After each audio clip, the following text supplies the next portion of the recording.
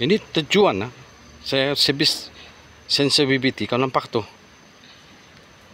Nampak tuh hitam-hitam tuh yang tengah-tengah tuh. Nampak? Nampakkah? Itu kalau benda nih kita jarang service, kelancaran minyak. Kau nampak tuh, dia ada lubang lagi di dalam. Itu minyak motor oil dari sana tuh. Lepas itu dia tolak pergi crankshaft sana. Itu mainan dia tempinai, mainan dia. Oke, ini Beja 1.3.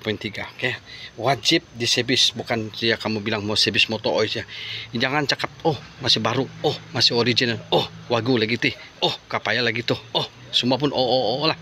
Oke, ini wajib. Ketika tuh tukar minyak tapi masih benda tuh masih ada hitam-hitam di sana. Jadi package dia kamu PM sama saya macam mana. Ini sudah service, dia ada dua, satu besar satu kecil. Benda ini di luar saja. Cara dia adalah kamu pun nampak pakai bateri kasih lancar. Ketika ada lubang kan, itu motor oil turun naik lepas itu timbak pergi sana, timbak pergi crankshaft. Ingat tuh tempat naik, bukan setakat service ya. Kamu mesti mau tahu juga, customer jangan cakap kasih cara bagi mekanik saya. Kamu pun mesti mau tahu. Oke, tempat naik saya service dulu.